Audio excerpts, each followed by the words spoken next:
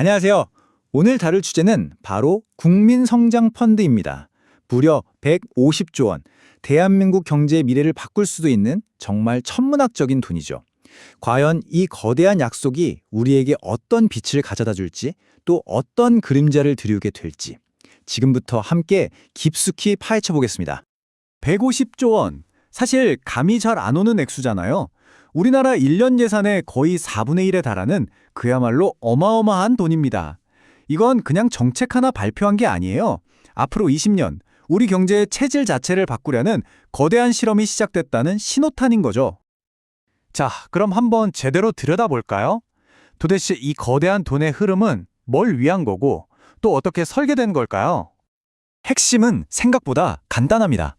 지금까지 부동산이라는 거대한 저수지에 꽉 갇혀있던 돈의 물꼬를 확 터서요. AI나 반도체 같은 미래 산업이라는 아주 비옥한 밭으로 쫙 흘려보내겠다는 겁니다. 한마디로 돈이 좀 더 생산적인 곳에서 신나게 일하게 만들겠다. 바로 이런 국가적인 큰 그림인 거죠. 그럼 이 150조 원 구체적으로 어디에 어떻게 쓰이는 걸까요? 크게 네 갈래로 나뉩니다. 먼저 50조 원은 데이터 센터 같은 미래 산업의 기반, 그러니까 인프라에 투자가 되고요. 또 다른 50조 원은 혁신 기업들한테 정말 낮은 금리로 빌려주는 데 쓰입니다. 그리고 나머지 50조 원이 남죠? 이 중 35조 원은 벤처 펀드를 통해서 간접적으로, 15조 원은 유망한 기업의 지분을 정부가 직접 사들이는 방식으로 투입되는 구조입니다. 자, 그럼 먼저 좋은 얘기부터 해볼까요? 시장에 이 펀드에 거는 기대, 어떤 것들이 있는지부터 살펴보겠습니다. 이렇게 큰 돈이 들어오는데 당연히 긍정적인 전망이 많겠죠. 가장 먼저 따뜻한 바람을 기대하는 곳, 바로 주식시장입니다. 정부가 우리 이 분야 키울 겁니다 하고 콕 집어서 지원하는 AI, 반도체 같은 분야는 아주 강력한 상승 동력을 얻게 되겠죠. 여기에 일반 국민도 참여할 수 있는 펀드까지 만들어지면 시중에 떠돌던 뭉칫돈이 증시로 흘러 들어올 수 있고요.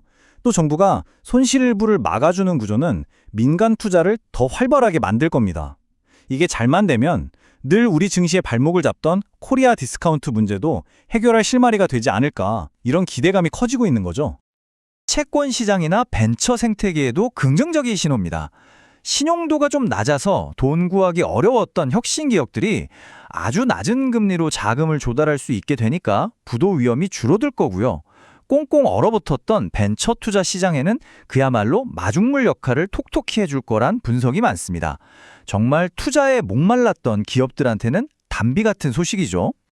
하지만 여러분, 빛이 강하면 그림자도 짙어지는 법이잖아요? 지금부터는 150조 원이라는 이 거대한 자금이 만들어낼 수 있는 부작용과 리스크를 하나하나 짚어보겠습니다. 이 비유가 이 펀드를 둘러싼 우려의 핵심을 정말 정확하게 꿰뚫고 있어요.